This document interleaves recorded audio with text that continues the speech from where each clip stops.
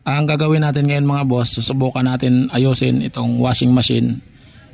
Timer lang daw ang sira at na-stuck na rin yan ng ilang taon. Bali ano siya, bumabalik, hindi na sumabay. Tsaka ito,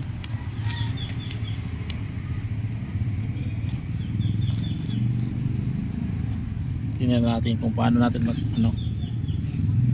gawa natin ng paraan para mahugot itong timer.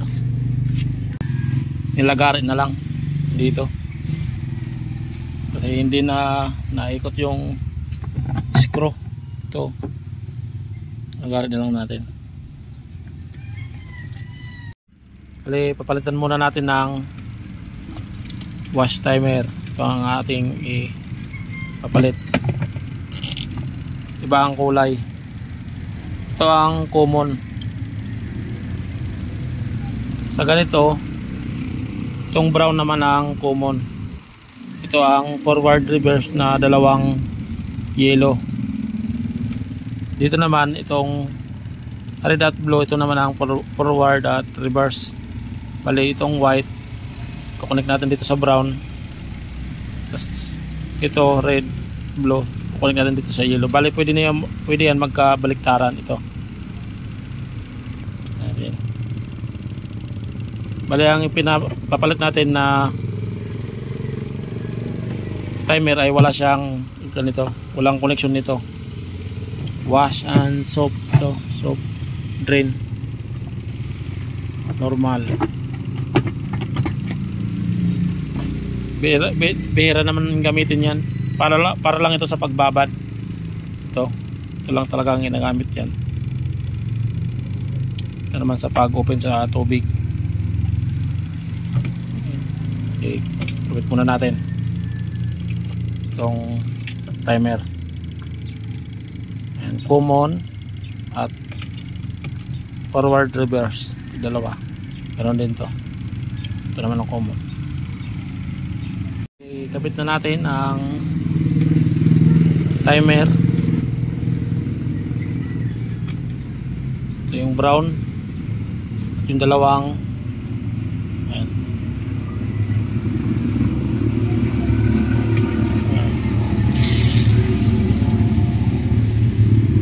Dito naman parang maluwag.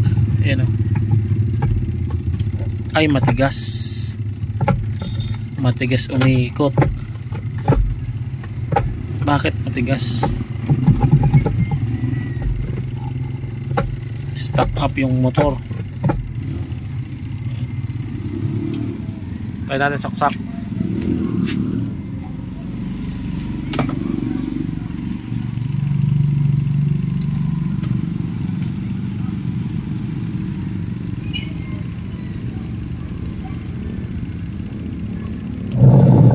Yun, matigas, stuck up nga.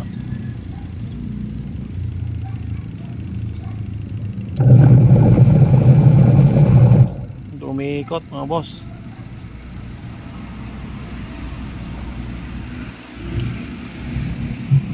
Baklasin muna natin. Matigas kasi, matigas umiikot dahil nga stuck up.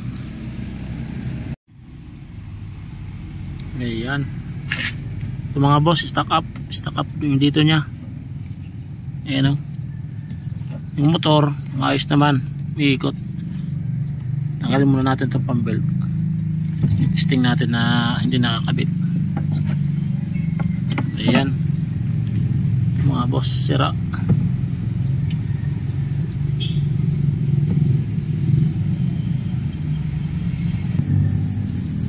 Try natin yung motor.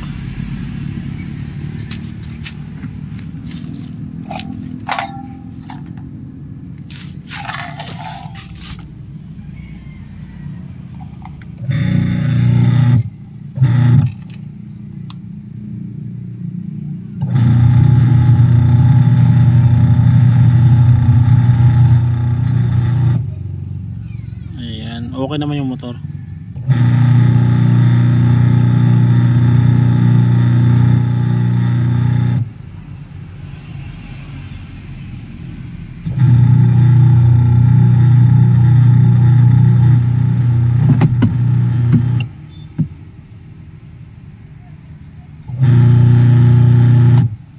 okay yung motor. Dito lang, ayun o, nag-iba na siya. Patay natin. Ito ang ayusin natin dahil nga na-stack up. Tanggalin natin to. Tapos binakas na natin. Yung isang tornilyo lang ang hindi umikot. Ito, bali good naman yung motor at naikipit na natin yung timer. Yung dito naman ang kanyang nalustre din.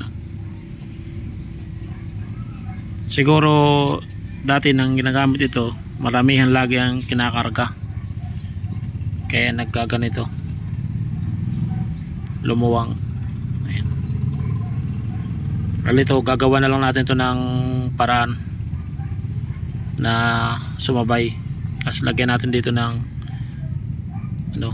WD-40 o kaya oil. Ayan, kasi kinalawang na. Ayan. Isip tayo kung anong maganda gawin dito.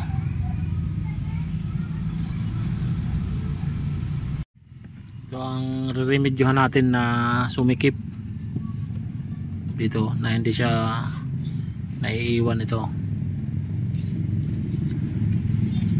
gamit natin ng welding kung pwede na may sabay siya sa pag-iikot.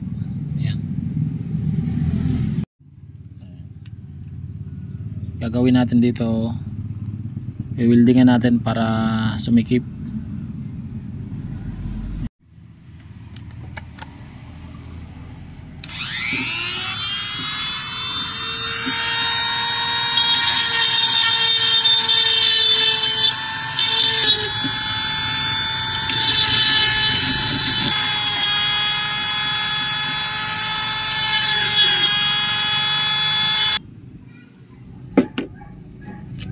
Welding natin dito.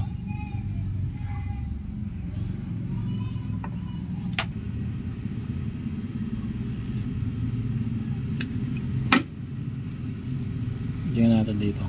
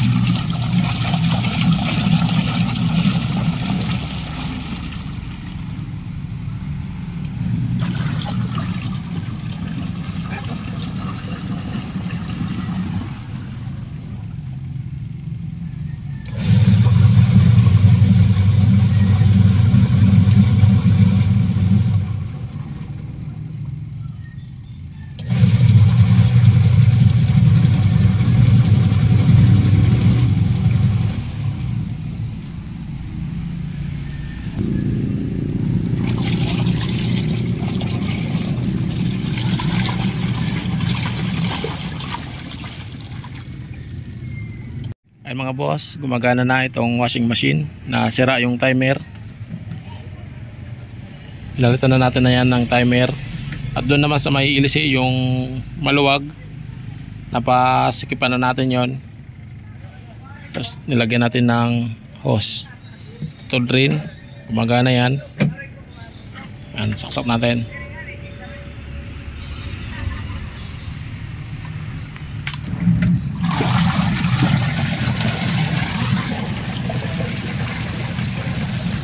Sana lang magtagal kasi ano lang yan, remedyo lang.